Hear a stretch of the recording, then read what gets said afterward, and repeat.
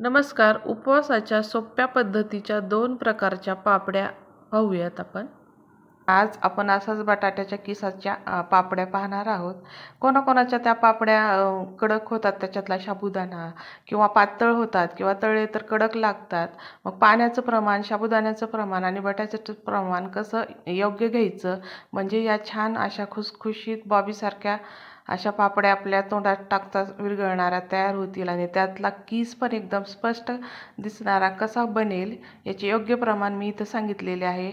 Video शेवटपर्यंत बघा. चॅनलवर नवीन असाल तर सबस्क्राईब करा आणि जाता जाता एक कमेंट करायला विसरू नका, कारण तुम्हाला हे रेसिपी आवडणारच आहे. असं छान अशा आपल्या उपवासाच्या साबुदाणा बटाटा किसाच्या पापड्या कशा बनवायच्या ते पाहू. उपवासाला थोड्या अशा खुसखुशीत पापड्या असल्या की मुलंही खुश होतात आणि आपल्या मोठ्यांचंही थोडंसं पोट भरल्यासारखं होतं, थोडं जास्त पाणी पिल्या जातं. त्यामुळे उपवासाला असे पदार्थ असायला हवेत. आता वाळल्यानंतर बघा या अशा दिसतात पापड्या, तळल्यानंतर अशा दिसतात, वाळल्यानंतर एवढ्या झाल्यात आपल्या. तर याचं प्रमाण पाहूयात. आता तुम्हाला एकटीनं करायचं आहे तर एवढेच बटाटे घ्या तुम्ही. जास्त प्रमाणात जर कोणी मदतीला असेल तरच करा, कारण एकटीला तुम्हाला एवढ्या मापाचं होऊ शकतं. इथं मी 3 किलो बटाटे आणलेले आहेत, मोठे मोठे असे. छोटे आणले तर बराच वेळ लागतो त्याला साल काढायला, मोठे आणले तर चांगले पटकन होतं आपल्याला एकटीलाच हे काम. बटाटे आणल्यानंतर त्याला माती असते, त्याला 2-3 घंटे मुरवत ठेवायचं. मुरल्यानंतर लगेच माती त्याची चोळली जाते आणि असं तुम्ही लगेच धुतले तर त्याची माती लवकर निघत नाही, बराच वेळ चोळत बसावं लागतं. थोडंसं बटाटे मुरू द्यायचे आणि लगेच अशी माती त्याची निघली जाते. आणि सगळे बटाटे धुवून घ्यायचे आहेत. जिथं जास्त पाणी आहे तिथंच हे करत बसायचं काम, कारण सारखं पाणी घेणं सोपं जातं आपल्याला तिथं जिथं नळ असेल, अगर जास्त पाणीचा साठा असेल. कारण जेवढे बटाटे तुम्ही धुताल तेवढं ते पांढरशुभ्र किस मिळून जातो आपल्याला. हे असं आपल्याकडं सोलायचं, साल काढायचं आहे असतं प्रत्येकाच्या घरी. त्यानं हे छान असं जिथं बटाट्याला वेज असतात, थोडेसे खराब झालेले असतात ते पण हे असे काढता येतात आणि साल तर चांगली त्याच्या हे होते, निघते. अशा पद्धतीनं सगळे बटाटे आपल्याला त्याची साल काढून घ्यायची आहे. पटपट होतं, एकटीनं तर होतंच, कोणी मदतीला असेल तर मग तर पटकन होतं. आणि हे आपल्याला सकाळी दुसऱ्या दिवशी जेव्हा करायचे त्या दिवशी 1-1/2 घंटा अगोदरही करू शकता. रात्रभर करत बसायची गरज नाही, करून ठेवायची. कारण रात्री करून ठेवल्यावर कधी कधी पाणी कमी पडतं, मग तो किस काळा पडतो. किंवा चिप्स असेल, तुम्ही सकाळी दुसऱ्या दिवशी 1-1/2 घंटा अगोदर केलं तरीही पटकन होतं. पांढरशुभ्र किस बटाटे असं होतं आपलं राहतं आणि रात्रभर करत बसायची गरज नाही. आता मोठी किसणी असते आपल्याकडे. जर तुम्हाला बटाट्याचा किस करायचा असेल तर बटाटं उभं धरायचं आणि हे पापड्यात वापरायचा आहे किस, तर बटाटा असं आपलं म्हणजे छोटी साईज, थोडासा किस छोटा पडेल अशा पद्धतीनं हे किसून घ्यायचं आहे. आणि जर तुम्हाला किसच करायचा आहे फक्त, तर बटाटा असं आडवं उभं धरायचं असं, त्यानं मोठा किस पडतो म्हणजे लांब लांब. आणि जर तुम्हाला पापड्यामध्ये वापरायचं तर या पद्धतीनं बटाटे धरायचं, म्हणजे किस आपल्याला पापड्यातला मिळून जातो अर्धा असा छोटा. लांब पाहिजे असेल तर किसासाठी करायचं. आणि सगळा किस असा किसणीनं किसून घ्यायचं आहे आणि पाण्यात किसायचं आहे. लगेचच बटाटं काळं पडतं हे आपल्या सगळ्यांनाच माहिती आहे, पण पाणी जेवढं असेल भरपूर त्याच्यामध्ये तर ते पांढरा शुभ्र किस राहतो. आता इथं मी किसलेला किस असं बकेटमध्ये टाकून घेते. भरपूर पाण्यात टाकायचं, म्हणजे त्याचा स्टार्च बघा किती निघतंय, असंही किती पांढरं पाणी निघतंय. या पद्धतीनं सगळं किसायचं. असं स्टार्च खूप खाली असतं आणि जे की आपल्याला आपल्या शरीरासाठी हे चांगलं नाही आहे. जेवढं निघेल स्टार्च तेवढं ते काढून घ्यायचं आहे, म्हणजे किस धुवून घ्यायचा आहे आपल्याला. सगळा किस धुतल्यानंतर परत आपल्याला तो 2दा-3दा धुवून घ्यायचा आहे. त्यामुळे म्हणते की जास्त पाणी जिथं असेल तिथं बसूनच हे काम करत राहायचं, म्हणजे भरपूर पाण्यामध्ये हे किस धुतला गेला जातो, काळा पडत नाही, लाल पडत नाही. अशा पद्धतीनं हे आणखीन मी एकदा टबमध्ये टाकून घेईले. जेवढं पाण्यानं खळखळ धुताल तेवढं त्याचं स्टार्च निघलं जातं आणि छान असा किस पांढरा शुभ्र आपल्याला मिळतो. आणि जे स्टार्च निघालेलं असतं त्याचं वरचं पाणी तुम्ही काढून त्या स्टार्चचा तुम्ही फेशियल म्हणजे चेहऱ्यासाठी, किंवा आता इथं बघा किती स्टार्च निघाले खाली गाळ त्याचा, तर तुम्ही चेहऱ्यासाठी याचं फेशियल म्हणूनही असं वाटीत भरून फ्रीजमध्ये ठेवायचं आणि लावायचं. 2-3 दिवस टिकतो हा फ्रीजमध्ये. चेहऱ्याला छान ग्लो येतो यानं. अशा पद्धतीचा हा स्टार्च निघालेला आहे। नाहीतर झाडाला टाका तुम्ही, झाडालाही छान पौष्टिकता मिळून जाते। झाडं असतील कुंडीत तर हे टाकून असं द्यायचं नाही, त्याचा वापर करायचा। असं वाटीत ठेवून मी ठेवून देणार आहे। थोडंसं फेशियल हे करायला छान होतं आहे ना, ग्लो येतो चेहऱ्याला। असं काढून ठेवून द्यायचं, फ्रीजमध्ये राहतो 1-2 दिवस। आणि आता या चौथ्यांदा असं धुतल्यानंतर तिसऱ्यांदा चौथ्यांदा असं तुरटी टाकून ठेवायची करेपर्यंत, म्हणजे आपल्याला पुढची प्रोसेस करेपर्यंत या तुरटीच्या पाण्यात राहतं। थोडंसं छान आणखीन पांढरेपणा येतो या किसाला, म्हणून तुरटीच्या पाण्यात असं ठेवून द्यायचं। तुरटीची पूड टाकायची नाही, कारण त्यानंही लाल होऊ शकतो केस। त्या फक्त तुरटीच्या पाण्यामध्ये थोडंसं तुरटी असेल इतपतच हे ठेवून द्यायचं। आता हे करेपर्यंत असंच भरपूर पाण्यात केस ठेवायचं आहे। आता काय करायचं, मी चुलीवर करणार आहे म्हणून सांगते, तुम्ही गॅसवरही करू शकता। आता चुलीवर करायचं आहे। जर तुम्हाला असं चुलीवर करायचं असेल आणि माती लावायची असेल भांड्याला, तर ती माती आपल्याकडे शक्यतो नसते, तर दुसरं एक छान उपाय आहे त्याला।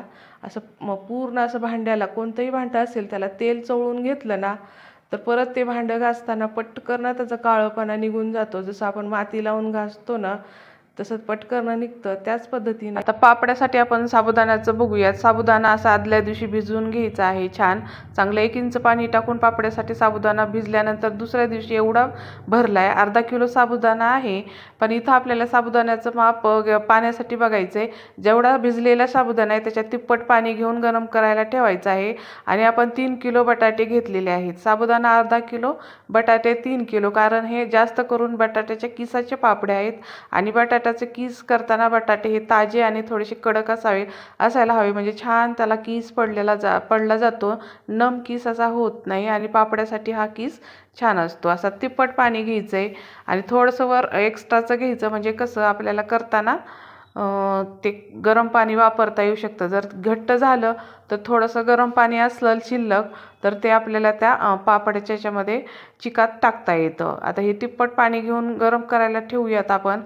आणि गरम झाल्यानंतर मीठ टाकायचं आहे चवीनुसार, 2 चमचे मीठ आहे। आणि लगेचच साबुदाणा भिजलेला टाकून द्यायचा आहे त्याच्यामध्ये। असं छान अगोदर 15 ते 20 मिनटं साबुदाणा छान शिजला गेला पाहिजे। आणि नंतर किस टाकून फक्त 5 मिनटं शिजवायचं आहे।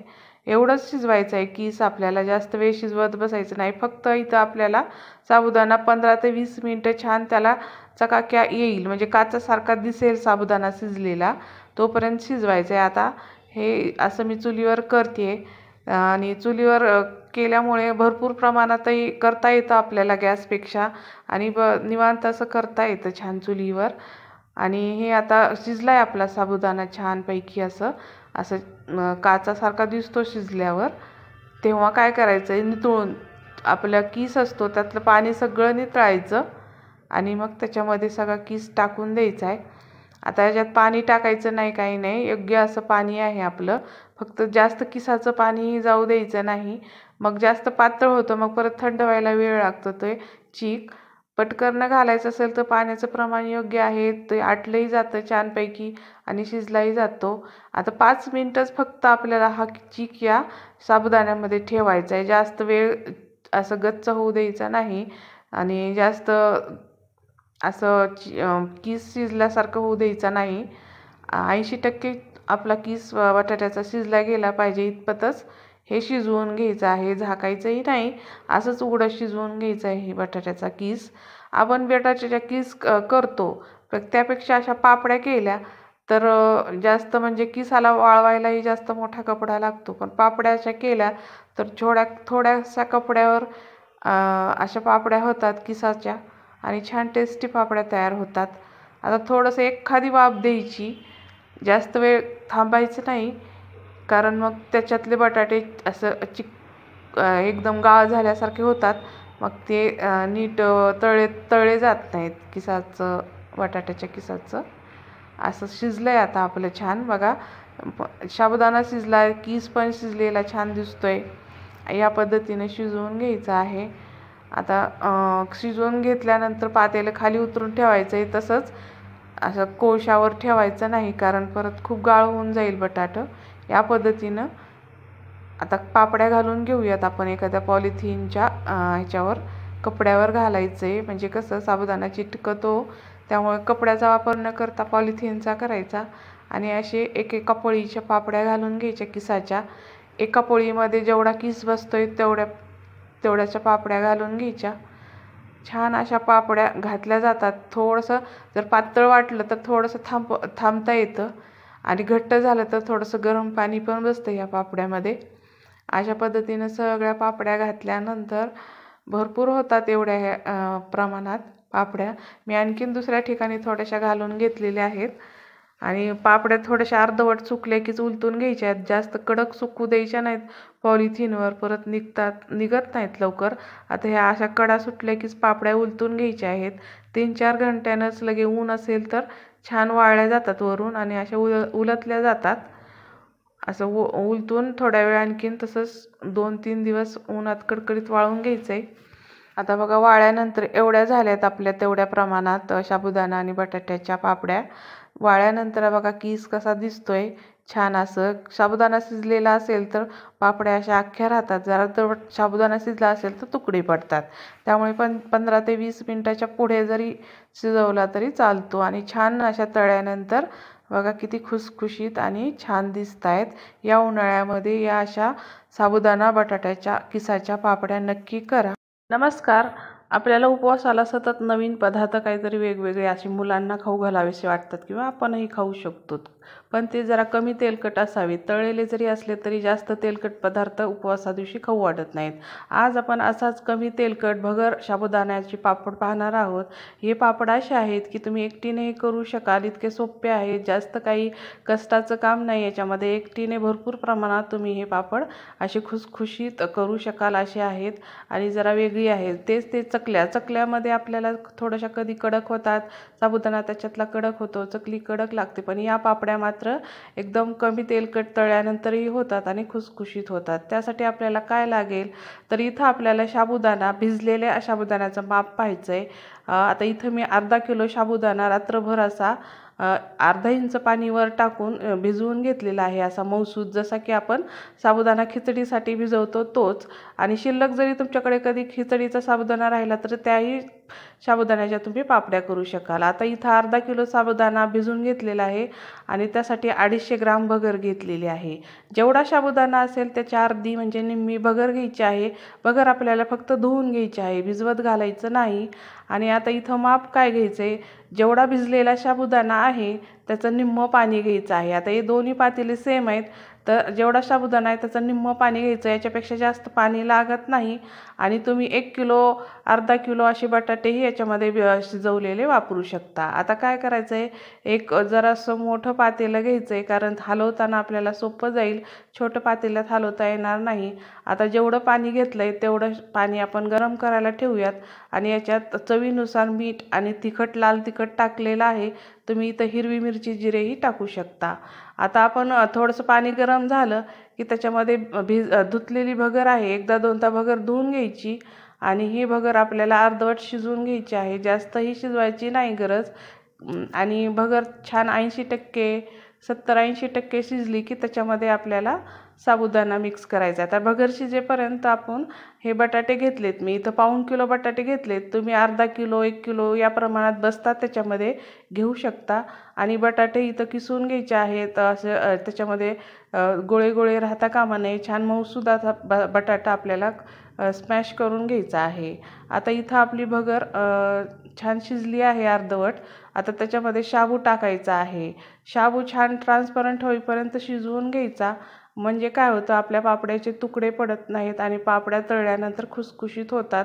इथं 15 ते 20 मिनटं चांगला साबुदाणा, म्हणजे जसं आपण साबुदाणा खिचडीसाठी खिचडी करतो त्याला जेवढा वेळ लागतो तेवढाच वेळ इथं आपल्याला साबुदाणा आणि भगर शिजवून घ्यायची आहे. चांगला त्याच्यातला कच्चापणा जाईल इतपत शिजवायचे आणि सतत हलवायचे, कारण साबुदाणा खाली करपतो.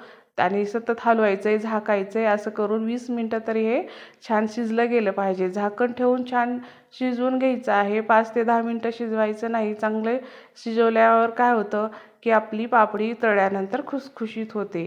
चांगला चिकटपणा यायला लागतो याला. आणि पाणी आता इथून पुढे टाकायचं नाही, जेवढं घेतलंय पाणी तेवढंच पुरे होतं, नाहीतर पाणी त्याच्यामध्ये गेलं तर ते पातळ होतं, परत त्याच्या पापड्या थापता येत नाहीत। आता हे आपल्याला शिजलेलं सगळं ह्याच्यामध्ये टाकून द्यायचं आहे, मग आपण स्मॅश केलेल्या बटाट्यामध्ये, आणि चांगलं मिक्स करून घ्यायचं आहे। सगळं व्यवस्थित काढून ह्या बटाट्यामध्ये टाकायचं आणि मिक्स केल्यानंतर थोड्याशा थंड झाल्या तरी या पापड्या आपल्याला करता येतात। घाई गडबडीची काहीच इथं गरज नाही, छान अशा सोप्या आहेत आणि एकटीने करू शकाल असं आहे, मदतीची गरज नाही। आता इथं छोटे छोटे असे गोळे टाकायचेत, त्याच्यावर एक छोटासा मेन कापडाचा चौकोन असं कापून त्याच्यावर असं हातानेही तुम्ही करू शकताल, अशा सोप्या आहेत।